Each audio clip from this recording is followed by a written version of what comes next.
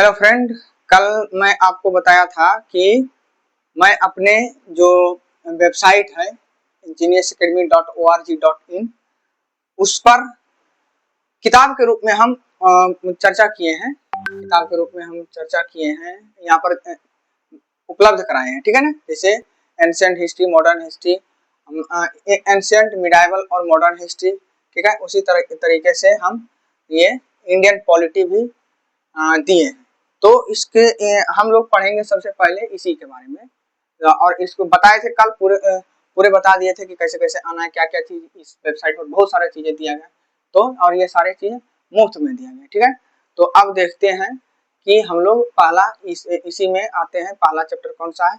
तो evolution of Indian constitution, a historical background. इसमें क्या क्या पढ़ेंगे यहाँ पर दिया गया है।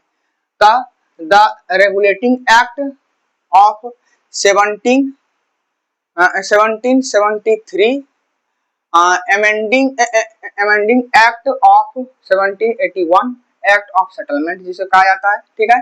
और पिट्स इंडिया एक्ट 1784, ठीक है, ये पढ़ेंगे। फिर act of 1786, charter act of 1793, charter act of 1813 और चार्टर एक्ट ऑफ 1833 और चार्टर एक्ट ऑफ 1853। ये सारा चीज ये चैप्टर 1 में दे दिया गया है। इवोल्यूशन ऑफ इंडियन कॉन्स्टिट्यूशन कि भारत के संविधान अचानक नहीं बना, बल्कि उसकी एक प्रक्रिया हुआ, जिसके कारण से क्या हुआ कि वो प्रक्रियाओं को फॉलो करते हुए और जब संविधान निर्माता ने उसे अंतिम रूप दिया तो उन सारे पीछे के हिस्टोरिकल बैकग्राउंड को भी ध्यान में रखा, ठीक है ना।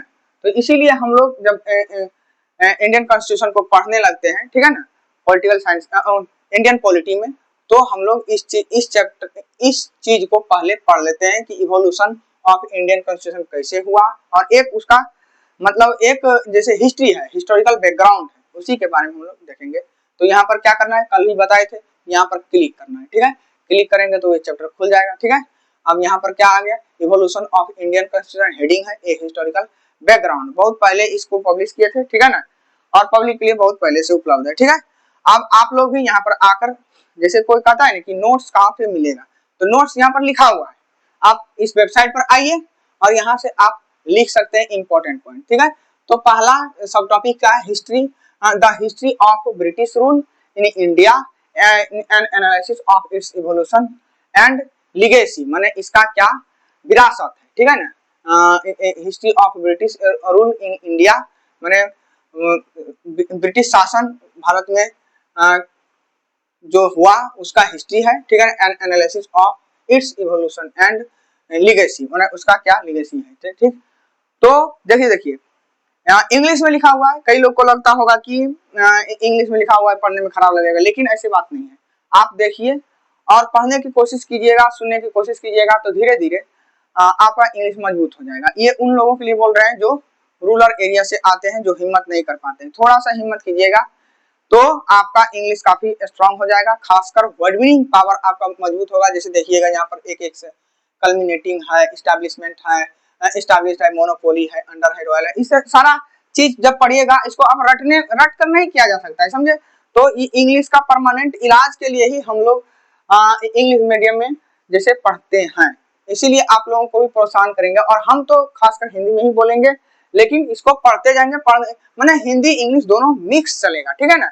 ये कोई मतलब ऐसा नहीं है कि केवल इंग्लिश में ही चलेगा या तो केवल हिंदी में ही। कुछ भी चीज को आपका मेन लक्ष्य होना चाहिए क्या, कि समझ में आना चाहिए, ऑब्जेक्टिव याद होना चाहिए। इंग्लिश में लिखने की क्षमता धीरे धीरे डेवलप होगा, एक दो दिन में नहीं होता है, समझे। आप लगातार पढ़िएगा, साल 6 महीना साल भर में हो जाता है आराम से, ठीक है। तो यहाँ पर क्या लिखा है, रीडिंग स्किल भी आपका अच्छा होगा, ठीक है। तो क्या है यहाँ पर लिखा, the British east India company, the British east India company first arrive in India in 1608, मैं 1608 में भारत आया। कौन? The British east India company, ठीक है। ब्रिटिश इंडिया कंपनी कैसे, तो ट्रेडर, एज ट्रेडर्स, माने व्यापारी के रूप में आया था। And established their trading monopoly. Trading monopoly क्या होता है? एकाधिकार स्थापित करना, ठीक है ना। उससे पहले आ गए थे कौन? पुर्तगाल सबसे पहले आए थे, उसके बाद ये लगभग तीसरा स्थान पर आए थे। तो वो देख लीजिएगा, आप हिस्ट्री में पढ़ते होंगे, ठीक है ना। लेकिन इसके पहले भी यूरोपीय कंपनियां थी यहाँ पर, ठीक है ना। लेकिन ये क्या किया, धीरे धीरे सबको हटाया और सबको माने पूरे भारत के मुख्य क्षेत्र से हटा दिया। जैसे इसी दौरान में पुर्तगाल जिसको कहते हैं हिंदी में, तो पुर्तगाल को शिफ्ट कर दिया था गोवा के क्षेत्र में, केवल वहीं तक सीमित कर दिया। और ये फ्रांस को पांडिचेरी तक ही सीमित कर दिया। बाकी बात पूरा भारत में क्या कि इसी का मोनोपोली किसका हो गया? ब्रिटिश ईस्ट इंडिया कंपनी का मोनोपोली स्थापित हो गया, ठीक है। तो अब यहां तक देख लिए। अब आगे देखिए कि क्या लिखा हुआ है। Monopoly under the royal charter granted by queen Elizabeth प्रथम, ये याद रखिएगा। जैसे यहाँ पर देखते हैं प्रश्न है, ठीक। इस समय मुगल शासक कौन था? तो जानते हैं 1605 में किसकी मृत्यु हुआ था? तो अकबर का, ठीक है ना। तो 1600 में ये जीवित थे, 1600 में अकबर थे मुगल शासक, ठीक है ना। तो यहाँ से कई सारा सवाल आएंगे, वहां उसको हम बता देंगे, ठीक है। तो यही कह रहा है कि granted by queen Elizabeth first in 1600 over the next 2 centuries the British transform, British क्या हो गया? ट्रांसफॉर्म हो गया फ्रॉम, कैसे? ट्रेडर से क्या बन गया? रूलर बन गया। ट्रेडर से क्या बन गया? रूलर। पहले आया था किसे? व्यापारी के रूप में, लेकिन वो धीरे धीरे क्या हुआ, अपने मोनोपोली स्थापना करने की कोशिश किया। मोनोपोली स्थापना करने के दौरान शासक, तमाम प्रकार के शासक उसके बीच में आए। तो उन्होंने फिर सोचा क्यों नहीं शासक को ही पहले पपेट बना दिया जाए कि हमारे लिए काम करे, ठीक है। धीरे धीरे पपेट बना के देखा कि नहीं, यहाँ पर राजा भी बनना संभव है, मतलब यहाँ पर शासक भी बनना संभव है। तो उन्होंने क्या किया, अपने आप को शासक भी बना दिया और पूरे भारत पर अपना मतलब क्या करते हैं, अपना प्रभुत्व जमा दिया। जिसके कारण से बाद में क्या हुआ कि इंडिया इंडिपेंडेंस, बाद में जाके स्वतंत्रता संघर्ष हुआ स्वतंत्रता के लिए। और क्या हुआ, इंडिया इंडिपेंडेंस इन 1947, माने 1947 में भारत को अंततः आजादी मिला तमाम प्रकार के संघर्षों के बाद, ठीक है ना। इंडिपेंडेंस, अब देखिए नेसेसिटेट ए कॉन्स्टिट्यूशन, मतलब क्या हुआ कि जब इतना छोटा सा बात को समझने के लिए आपको डीप नॉलेज चाहिए, ठीक है ना। कि इंडिपेंडेंस जब हुआ, स्वतंत्रता जब मिल गई, ठीक है ना, तो उसके बाद ये क्या बताया कि जरूरी दर्शाया किस चीज का कि इस स्वतंत्रता को मेंटेन करने के लिए हमें क्या चाहिए, तो हमें एक संविधान होना चाहिए। संविधान क्या होता है, उसमें सारा चीज का लिखित डॉक्यूमेंट होता है कि ये चीज मिलेगा, ठीक है ना।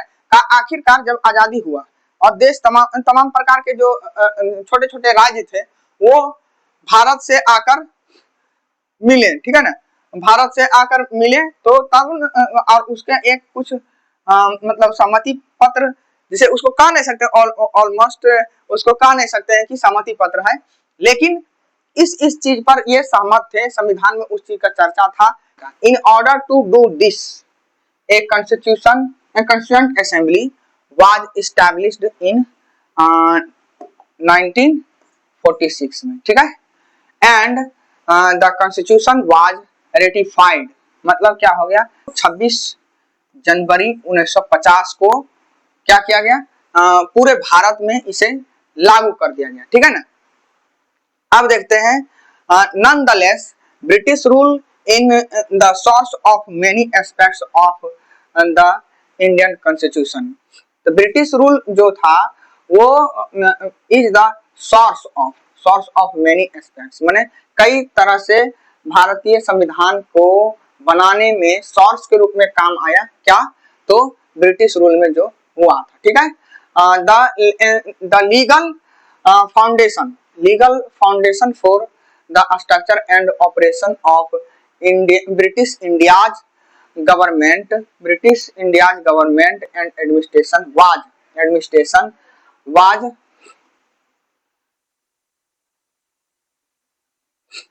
was established by number of events under British rule।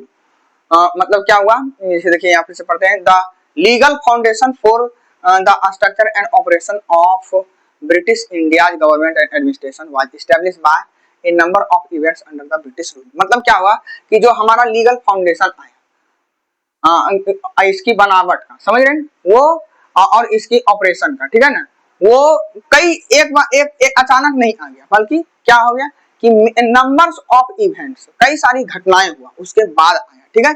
तो यही चीज बताएं, जैसे कई सारी घटनाएं में क्या होगा कि जैसे कुछ जैसे अधिकार दिया गया, जैसे धीरे धीरे 1857 में जो विरोध 1857 की क्रांति हुआ था, तो उसे लगा कि कुछ अधिकार देना चाहिए ताकि हमें पता चले, या तो कुछ सेफ्टी वॉल्व होना चाहिए, या तो कुछ ऐसा मंच होना चाहिए कि ताकि हमें पता चले और ब्रिटिश सरकार को पता चले कि हाँ ये सब डिमांड हो रहा है, या तो इसका गुस्सा बढ़ेगा, हो सकता है। तो इसके लिए कुछ अधिकार भी दिया गया, कुछ संस्थाएं बनाने का छूट भी दिया गया। मतलब क्या हुआ, अधिकार में छूट दिया गया, ठीक। अब उसी में क्या होगा, धीरे धीरे धीरे धीरे उसमें बदलाव आया। वही चीज कर रहा है कि the legal foundation for structure and operation of British India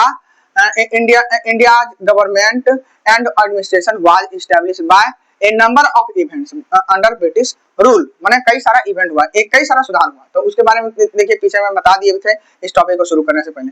our politics and constitution have been significantly impacted by these occurrences। माना हमारा जो पॉलिटिक्स है और कॉन्स्टिट्यूशन है, दोनों, हमारा politics our politics and constitution, हमारा पॉलिटिक्स और संविधान जो है, दोनों क्या है, have been significantly impacted, महत्वपूर्ण रूप से इससे प्रभावित रहा जो घटनाएं ब्रिटिश रूल के समय में हुआ है। और नीचे में क्या है कि आगे देखिए क्या लिखा हुआ है कि here they discussed historically under two main subheadings the company rule। पहला दो सब टॉपिक्स में हम लोग आज इसको पढ़ेंगे। पहला कंपनी रूल 1773 से लेकर 1858 के बीच, ठीक है। और दूसरा क्या होगा, द क्राउन रूल 1858 से लेकर 1947 जब आजादी प्राप्त हो गया, ठीक है। तो मतलब 1858 इसमें इंपॉर्टेंट पॉइंट हो जाता है। 1857 की क्रांति जब हुआ उसके बाद से जो फेज आया, और उससे पहले का फेज, उसके पहले का फेज क्या कहते हैं, कंपनी रूल, ठीक है, उसमें कंपनी का शासन था, ठीक। और जैसे ही 1857 की क्रांति हुआ, विद्रोह हुआ, ठीक है, तो उसके बाद क्या आ गया, क्राउन रूल आ गया, और महारानी ने अपने अंदर ले लिया क्या, ब्रिटिश इंडिया का रूल, ठीक है ना। अब देखिए भारत में जो शासन था कंपनी का, उसका अपने हाथ में ले लिया। It also highlight the significant legislative act introduced during these periods that influenced India's constitution framework, जिसने मतलब भारतीय संविधान का जो फ्रेमवर्क बनाने का जो पैटर्न था उसको प्रभावित किया, ठीक है ना। अब देखते हैं पहला सब हेडिंग जैसे यहाँ पर दिया हुआ है कि क्राउन रूल 1773 माने 1773 टू 1858, ठीक है। The transition of East India Company from a trading enterprise to a political power. माने क्या हुआ, ट्रेडिंग एंटरप्राइज था और वो बन गया क्या, पॉलिटिकल पावर बन गया, ठीक है। Mark the beginning of British administration, माने यही से शुरुआत हो गया ब्रिटिश एडमिनिस्ट्रेशन, ठीक है ना। Influence in India, British administrative influence in India, ठीक है। सेवरल लैंडमार्क एक्ट्स, माने बहुत महत्वपूर्ण जो एक्ट था वो बना during this period led the foundation for governance and legal structures in India. ये इंट्रोडक्शन हो गया कि किस तरह से इन्होंने प्रभावित किया, ठीक है। आगे देखते हैं ये रेगुलेटिंग एक्ट 1773, इसमें क्या हुआ, it was the first significant step. पहली बार हम चर्चा करने तो पहला यही होगा 1773 ये होगा पहला, ठीक है ना। To control East India Company affairs in India and establish central administration, माने पहला एक्ट था जिसमें ब्रिटिश सरकार ने इस पर थोड़ा सा कंट्रोल करने की कोशिश किया था। किस पर? ईस्ट इंडिया कंपनी पर, ठीक है ना, ईस्ट इंडिया कंपनी के अफेयर्स पर, उसके कार्यकाल पर, कार्य प्रणाली पर, ठीक है ना, कार्यक्रम से।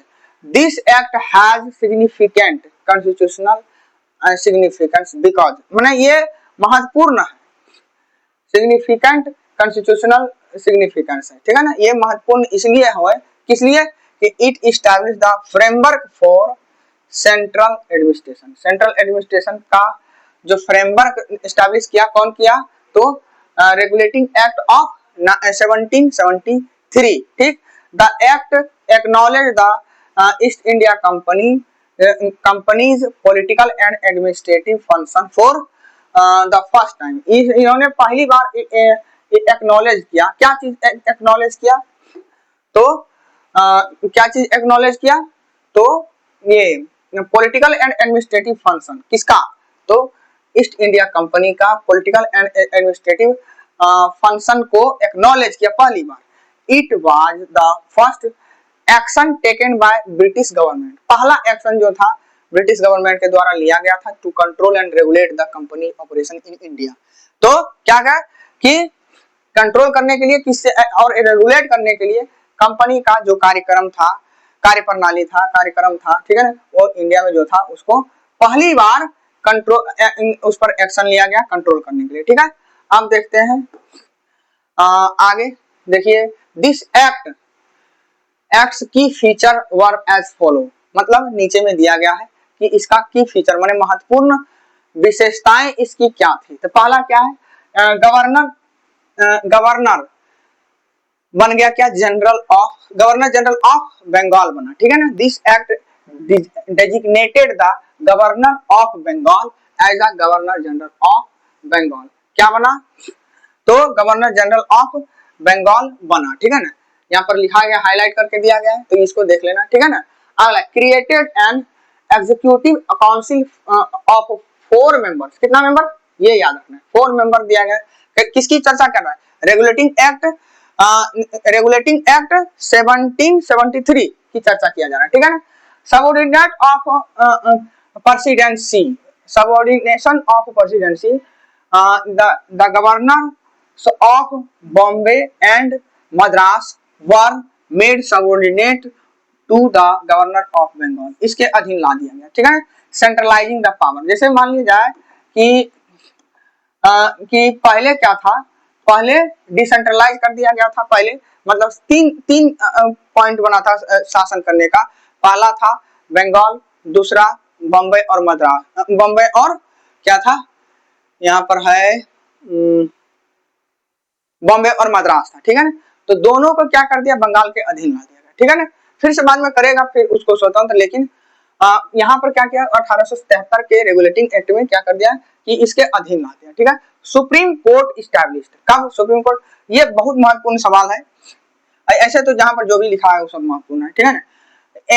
Supreme court was established in Calcutta, कहां पर स्थापित किया गया? कलकत्ता में स्थापित किया गया, कब? 1774 में, 1774, ठीक है। कंसिस्टिंग वन चीफ जस्टिस और 3 वो क्या था? अदर जजेस, ठीक है। तो सब मिला के 4 गो था, और उसमें से 3 था अदर जज और 1 था चीफ जस्टिस, ठीक है ना। Prohibition of private trade, company में भ्रष्टाचार बहुत फैल गया था, ठीक है ना, और जिसके कारण से क्या करना था? कंपनी के लिए काम करना चाहिए था, तो वो क्या कर रहा था? खुद अपना लिए काम कर रहा था, समझे, अपना व्यापार फैलाने लगा था, ठीक है। तो यही इसीलिए क्या प्रोहिबिशन, प्राइवेट ट्रेड को इसमें प्रोहिबिट किया गया, मतलब रोका गया, प्रतिबंधित किया गया, ठीक है ना। Company's employ were prohibited from engaging in private trade और accepting bribes माने घूस, ठीक है, ठीक। अगला देखिए मैंने क्या किया गया कि घूस लेने से रोका गया, ठीक है ना, और प्राइवेट ट्रेड जो कर रहा था, अपना निजी व्यापार कर रहा था, उससे क्या किया गया? प्रोहिबिट किया गया, ठीक है, माने प्रतिबंधित किया गया, रोका गया, ठीक है ना। इंक्रीज्ड अकाउंटेबिलिटी माने जवाबदेहिता उसमें बढ़ाया गया, क्या चीज क्या? 5वां इसकी विशेषता क्या है? अकाउंटेबिलिटी बढ़ाया गया। इंक्रीज्ड अकाउंटेबिलिटी बाय कंपेलिंग में मजबूर करना होता है, ठीक है ना। Compelling the court of directors, the company's governing body to report on its income, इसके इनकम के बारे में बताने के लिए कहा। Civil and military activities in India, it increased the British government authority over the businesses, ठीक है ना।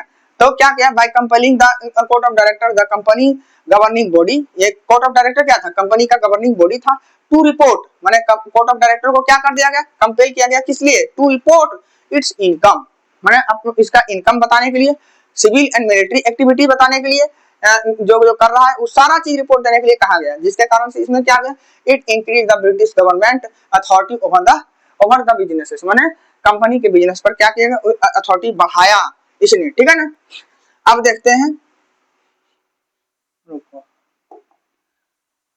देखते हैं, ये सिग्निफिकेंस, इसकी महत्व क्या है।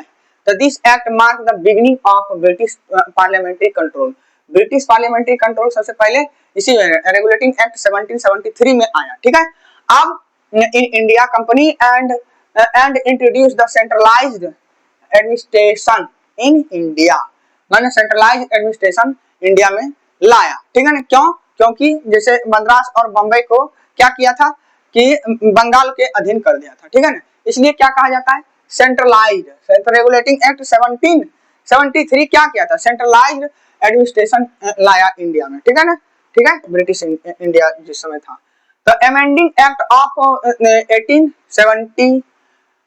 1781 माने 1781 का एक्ट ऑफ सेटलमेंट इसी को कहा जाता है। This act address the shortcomings माने क्या होता है, कमियां, ठीक है, शॉर्टकमिंग्स ऑफ रेगुलेटिंग एक्ट 1773 का जो कमियां था उसको ये क्या किया गया, एड्रेस किया, एड्रेस माने क्या गया, उसको दूर किया गया, ठीक है ना।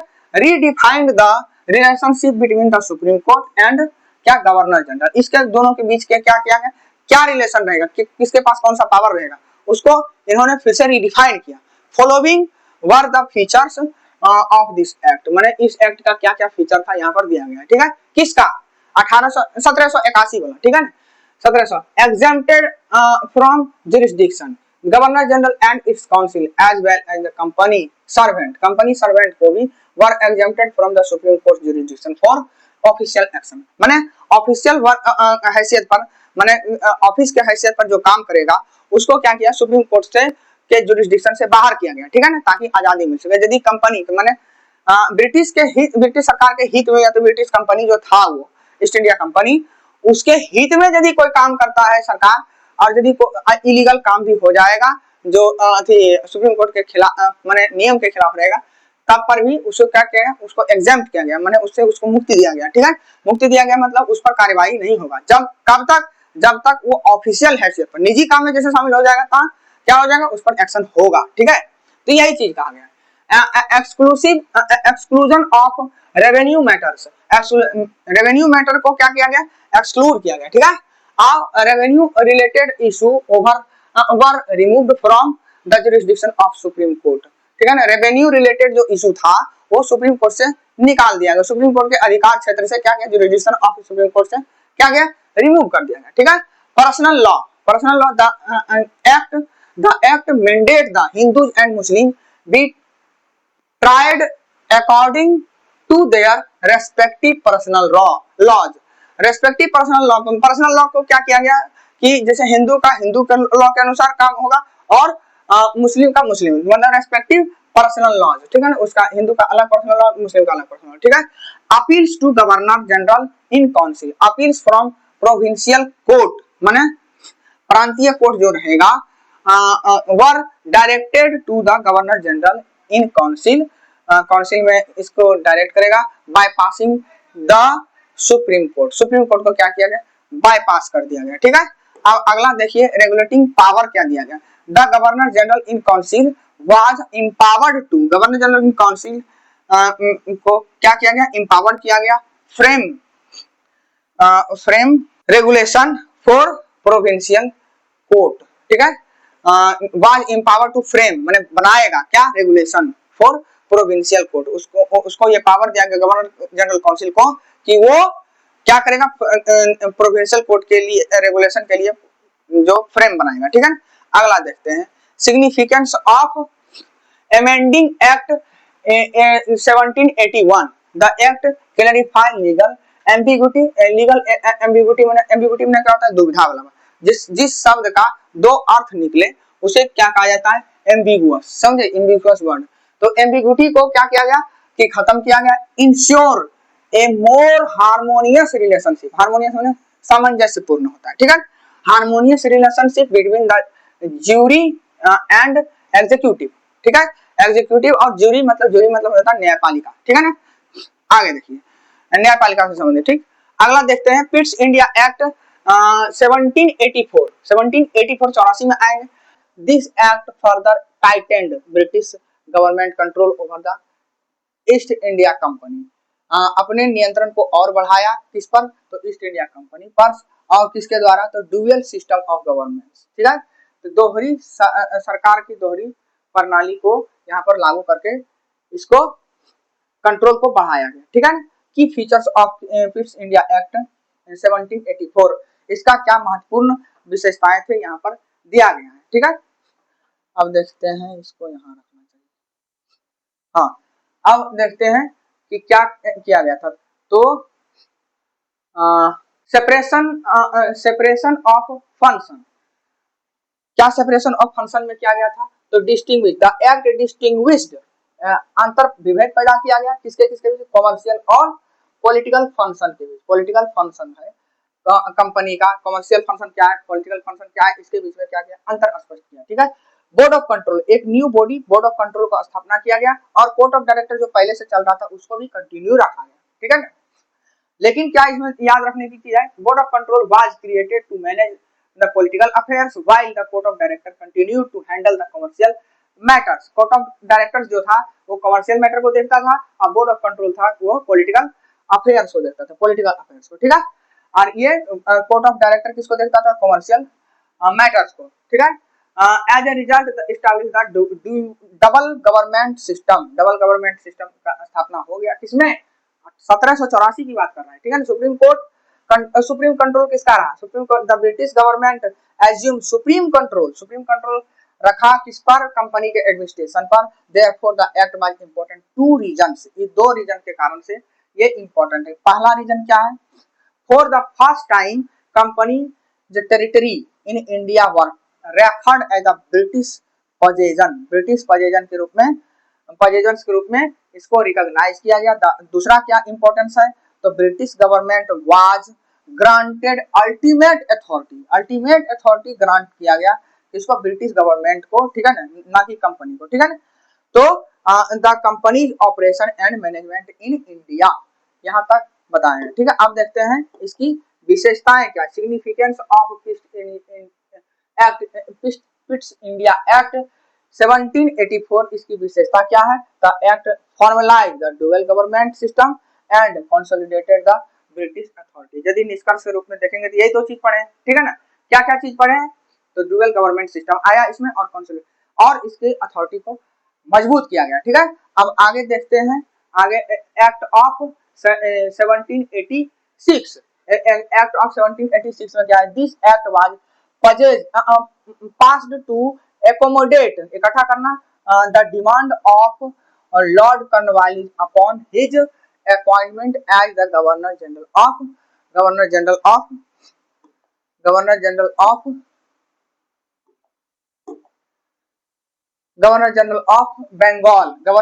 ऑफ बंगाल बना, ठीक है ना। की फीचर, इस समय का कौन सा था गवर्नर जनरल, तो लॉर्ड कॉर्नवालिस था, ठीक है ना। The key feature of this of act 1786 का क्या महत्वपूर्ण विशेषताएं थे, तो पहला क्या था, override authority, the governor general was granted to power to override the decision of his council, माने उसके काउंसिल जो दिया, जो डिसीजन दिया उसका, उसी का काउंसिल उसको ओवरराइड करके अपने मन से काम करवा सकता था, ठीक है ना। इन स्पेशल केस, माने किसी खास कार्य, किसी विशेष कार्य के लिए, किसी विशेष केस में, ठीक है ना। कमांडर इन चीफ का रोल दिया गया, ठीक है ना।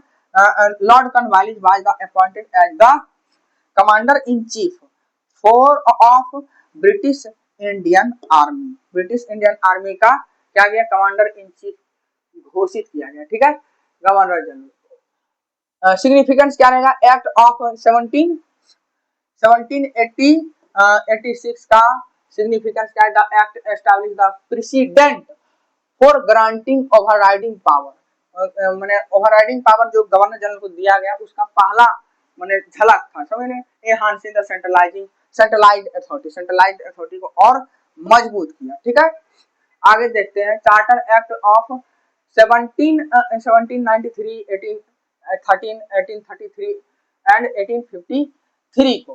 तो the charter were series of legislative enactment, legislative संशोधन का एक दौर था, passed by the British parliament to regulate the East India Company affairs in India. ये ब्रिटिश पार्लियामेंट के द्वारा पारित किया गया, ठीक है ना, ब्रिटिश पार्लियामेंट के तहत इसको पारित किया गया, British parliament to regulate regulate the East India Company affairs in India. This act not only renewed the company charter periodically but also introduced the significant change in governance, administration and trade. Governance में change आया, administration में, trade में भी, और education in India में, education के बारे में भी चर्चा किया गया। कब? 1893 ईस्वी का, ठीक है। 1893 का extended the governor general power and increase the salary of company. ये बात आप पढ़े होंगे कर्नवालिस के कार्यकाल में। वेतन को बढ़ाया गया। क्यों वेतन को बढ़ाया? ईमानदारी बरतने के लिए वेतन को बढ़ाया गया। किसके लिए? किसका वेतन को बढ़ाया? वैसा कर्मचारी जो ब्रिटिश से आया था, और ब्रिटिश कर्मचारियों के लिए, भारतीय कर्मचारियों के लिए नहीं। और इन्होंने ही शायद कहा था कि भारतीय लोग भ्रष्ट होते हैं। ठीक है, आगे देखते हैं चार्टर एक्ट ऑफ 1793 क्या strengthen the governor general power and increase the salary. ठीक है, ये पढ़ दिया। Charter of 1813 ended the company trade monopoly. क्या? कंपनी का मोनोपोली को क्या किया गया? इंड कर दिया गया। Except the trade in tea में, टी को छोड़कर, ठीक है, टी को छोड़कर, टी को छोड़कर, टी को छोड़कर, ठीक है,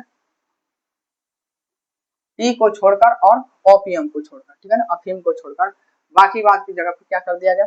उस कंपनी को, मोनोपोली को खत्म कर दिया गया। ठीक है, charter act 1833 centralise legislative power and ended the company's trade monopoly entirely. 1833 में जाकर क्या किया? पूरी तरह से मोनोपोली को खत्म कर दिया गया। ठीक है, चार्टर एक्ट 1853 में introduce the open competition for civil services. Civil service exam के लिए ओपन कंपटीशन दिया गया। Separated legislative and executive function, legislative और एग्जीक्यूटिव फंक्शन को क्या किया गया? सेपरेट किया गया। ठीक है,